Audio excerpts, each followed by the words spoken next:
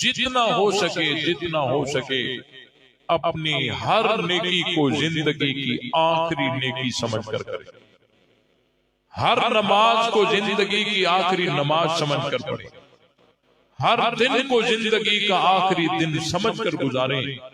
جب ہمارے اندر یہ چیزیں آ جائیں گی تو فکر آخرت بھی ہمارے دل میں آ جائے گا اور ہمارے اعمال بھی سنور جائیں گے۔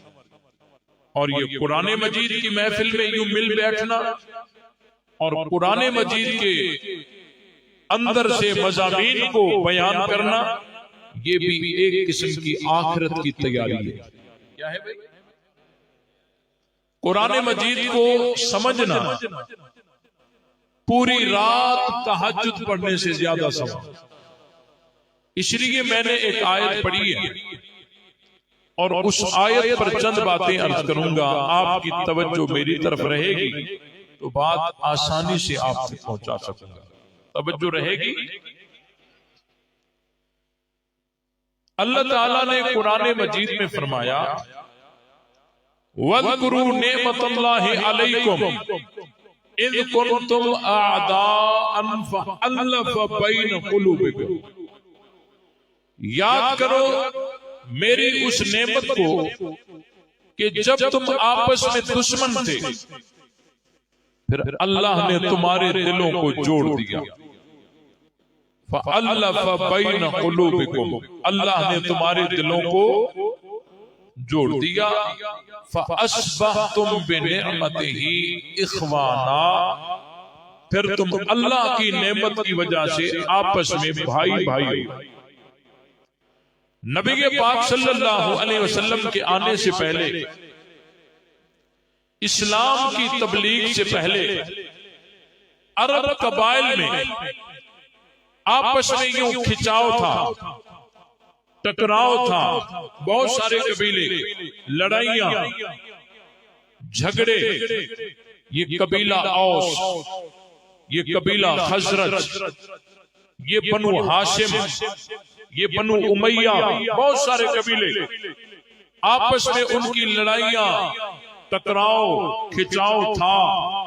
لیکن جب اسلام آیا اور حضور علیہ السلام نے اسلام کی دعوت کو عام کیا تو اللہ تعالیٰ نے اسلام کی دولت اور نعمت سے ان کے دلوں میں جو عداوت تھی اس کو ختم کر کے ان کے دلوں کو جوڑ دیا۔ جو ایک دوسرے کے خون کے پیاسے تھے وہ ایک دوسرے پر اپنی جان قربان کرنے کے لیے تیار ہو گئے۔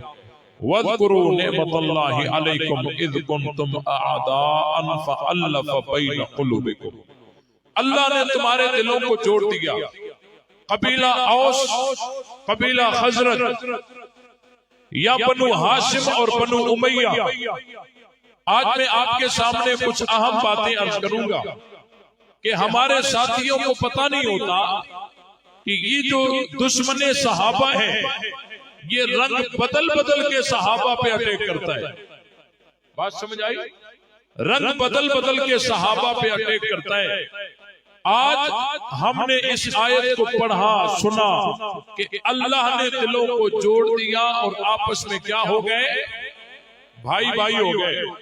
اس قرآن کو ماننے کے بعد، قرآن مجید کی اس آیت پڑھنے کے بعد اگر کوئی پھر بھی کہے کہ نہیں بنو امیہ جو تھے وہ آخر وقت تک بنو ہاشم کے ساتھ عداوت رکھتے آئے اور تعصب رکھتے آئے، کیا وہ قرآن مجید کی اس آیت پر ایمان رکھ سکتا ہے؟ اللہ تعالیٰ نے واضح کہہ دیا فَأَلَّفَ بَيْنَ قُلُوبِكُمْ، اللہ نے تمہارے دلوں کو جوڑ دیا اور تم آپس میں کیا ہو گئے؟ بھائی بھائی۔ آپس میں کیا ہو گئے؟ آواز آنی چاہیے بھائی۔ آپس میں کیا ہو گئے؟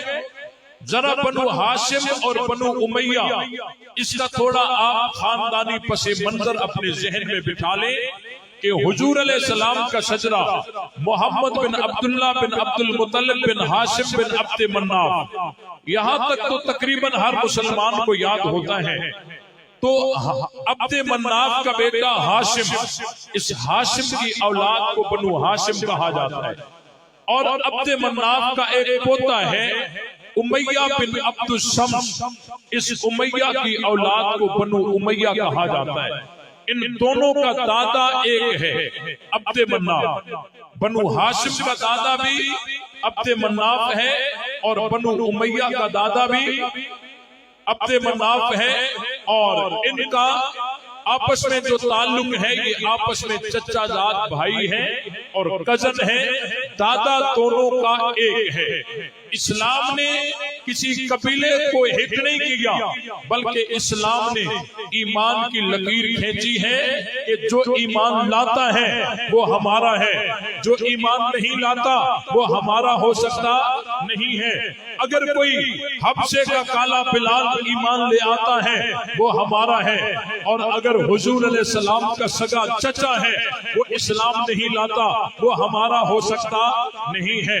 اللہ تعالیٰ نے فرمایا فَأَلَّفَ بَيْنَ قُلُوبِكُمْ، اللہ نے تمہارے دلوں کو جوڑ دیا۔ اب یہ قبیلہ بنو ہاشم اور یہ قبیلہ بنو امیہ، قبیلہ بنو ہاشم میں بھی بڑے بڑے صحابہ گزرے ہیں، قبیلہ بنو امیہ میں بھی بڑے بڑے صحابہ گزرے ہیں۔ ہم اگر کسی قبیلے کو ہٹ کریں گے، بہت سارے صحابہ بنو ہاشم میں بھی ہیں، بنو امیہ میں بھی ہیں۔ آج جو صحابہ کا دشمن ہے رنگ بدل بدل کے کہتا ہے کہ ہم جی بنو امیہ کو نہیں مانتے، ہمارے ساتھیوں کو پتہ ہی نہیں ہوتا کہ یہ بنو امیہ کو نہ مان کر کتنے صحابہ کا انکار کر گئے، کتنے صحابہ کا انکار کر گیا۔ آگے چلیے میں بتاتا ہوں، حضور علیہ السلام کی 4 بیٹیاں ہیں، آپ علیہ السلام نے 3 بیٹیاں قبیلہ بنو امیہ میں دی اور 1 بیٹی قبیلہ بنو ہاشم میں دی۔ نبی پاک صلی اللہ علیہ وسلم کی